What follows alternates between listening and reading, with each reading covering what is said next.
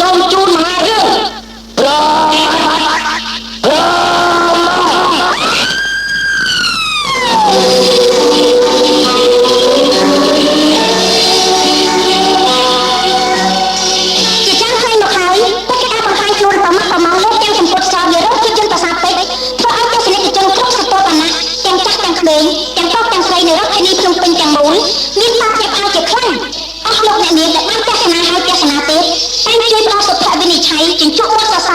មយើងយ៉ាងស្មោះជាហេតុយ៉ាងឲ្យមហារឿងប្រមាថប្រមងរឹតតែល្បីអន្ទីលឺសរសៃតទៅទៀតត្រូវហើយមកជួបបាយល្អតែប៉ុណ្ណេះអាខ្មាស់អញអាចរកឃើញជោគជ័យហើយអ្នកអង្គខ្លាញ់អង្គឯងមានរឿងអីនឹងយ៉ាបងស្រីកុំឆ្ងល់ទុកឲ្យអាខ្លោយសាក់លបងយុទ្ធសិលមើលបងស្រីចាំមើលណាយ៉ា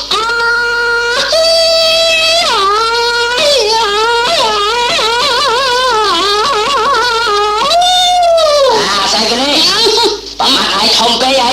បានជារោមើលតកូដាក់សៀងចឹងយ៉ារបស់អស់លោកទេខ្ញុំអត់រោអុយទេគ្រាន់តែជំទាវដើម្បីរាវរោគសម្លេងដើមរបស់ខ្ញុំដែលជាសម្លេងមាសណាបើលោកមិនជឿខ្ញុំច្រៀងជូនស្ដាប់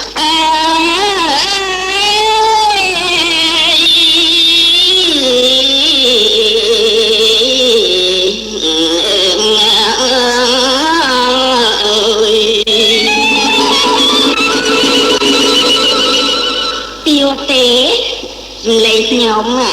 ពីរោះគួសមដែរហើយកុំសត់ទៀតផងត្រង់ដែលទេសកលអស់ជីវិតក្នុងជំរំមហាបរិយរិះរកគ្រប់មធ្យោបាយដើម្បីរកច្រកចេញពីគុកមរណៈតើក្រៅពីនេះគេមានមធ្យោបាយអីទៀតទេតែពិតជាមានជាមធ្យោបាយដែលធ្វើឲ្យទស្សនិកជនសើចសប្បាយរីករាយពេញរោគភាពយន្តស្ទើរទាំងបែបនោះ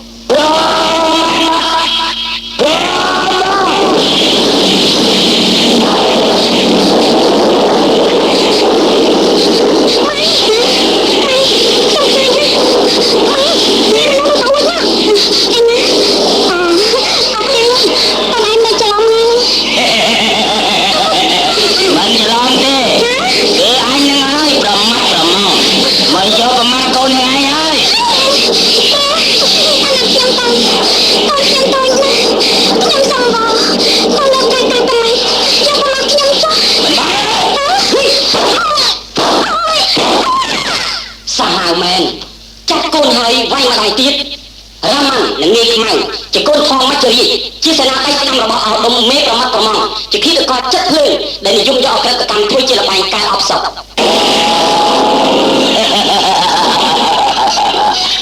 រូបស្រស់ម្លឹងមិនគួរមកនៅទីនេះទេ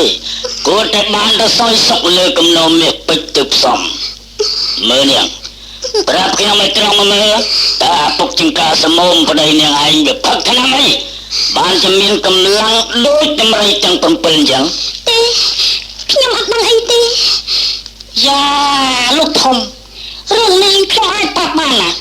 បើលោកចង់ដឹងសូមជើញមកកណែមកអង្គខ្លាយអង្គឯងទៅក្បាលណាមកឯងកុំទៅខ្វល់រឿងនឹងស្រេចតែខ្ញុំទេមើលឯងឮថាឯងជាប្អូនណាកញ្ចាស់សមុំឯងប្រកាសជារឿងនេះត្រូវហើយម៉ែរឿងមកទៅពលដែលមានកម្លាំងខ្លាំងដូចតម្រៃនោះមកពីគាត់ស៊ីហើយមិនជុះស៊ីហើយមិនជុះអញដូចជាមិនជឿអញដល់តែនិយាយភូតមិនព្រមជឿទៀតណាអាមកយកគ្មានមកកាយសោះ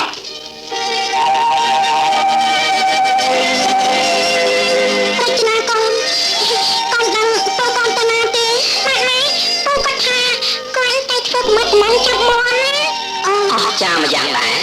អស់ប្រមាថប្រមងដទីគេចាប់មនុស្សយកប្រមាថតែប្រមាថប្រមងត្រង់លើបែរជាធ្វើប្រមាថប្រមងចាប់មន់ទៅវិញតើពេលជួបគ្នាប្រមាថប្រមងមែនតែននិងប្រមាថប្រមងខ្លាំងខ្លាយត្រង់លើនឹងមានប្រតិកម្មយ៉ាងណាដែរត្រង់នេះមានតែសំណាយហូរកជ្រៀវរបស់ទស្សនិកជនដែលបានទស្សនារួចហើយទើបអាចជម្រាបបានព្រោះអង្គលោកអ្នកប្រកាសជាទុកសំណាយបានកាលណាឃើញនេះត្រង់លើកំសត់ប្រើយុទ្ធសិលចាក់ហ្វាំងជើងធម្មជាតិរហូតដល់តែឆេះស្បែកជើងហុយផ្សែងទៅលោមព្រមជីវិតនៃការពិសេសសម្រាប់សម្រាប់ខ្សែផ្សំលាយឡំគ្រប់រសជាតិដើម្បីទុកជា ន្តជាមហារឿងតែមួយគត់ដែលលេចធ្លោដាច់ឆ្ងាយពីគេក្នុងបច្ចុប្បន្នភាពនេះគឺជាស្នាដៃទី1របស់មិត្តដូរ៉ាហែមយុវអ្នកដឹកនាំរឿងរបស់យើងសូមអរលោកអ្នកអញ្ជើញមកទស្សនាដោយមេត្រីព្រោះថាជារឿងល្អដាច់គេប្រចាំថ្ងៃនេះជាមហាខ្សែភាពយន្តពណ៌ធម្មជាតិស្រស់បំព្រងរួមប្រជុំដោយតារាប្រជាប្រិយដូចជាវិជ្ជរានីជាយុធានភូមិថាវីអោដុំផលសុខារនីត្រង់ដឺលោកតូកុមារតុងទីននីសវណ្ណដេតហ្គរ៉ាម៉ាន់និងតារាដទៃទៀតជាច្រើនសួស្តីរឿងប្រមាត់បញ្ចាំងថ្ងៃនេះនៅរោងភាពយន្តប្រាសាទពេជ្រ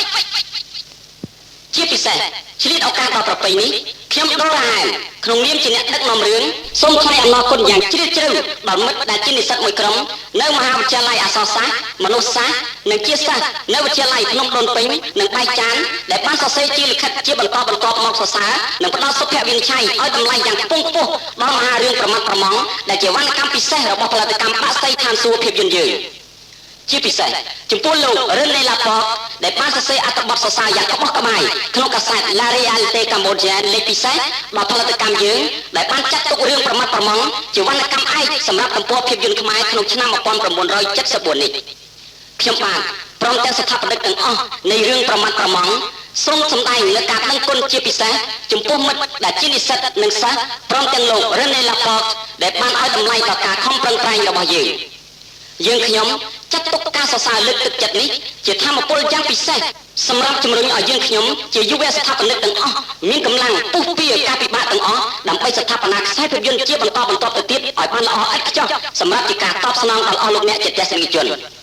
ទីបញ្ចប់ខ្ញុំបាទសូមឲ្យមិត្តទាំងអស់និងលោករ៉ឺណេឡាប៉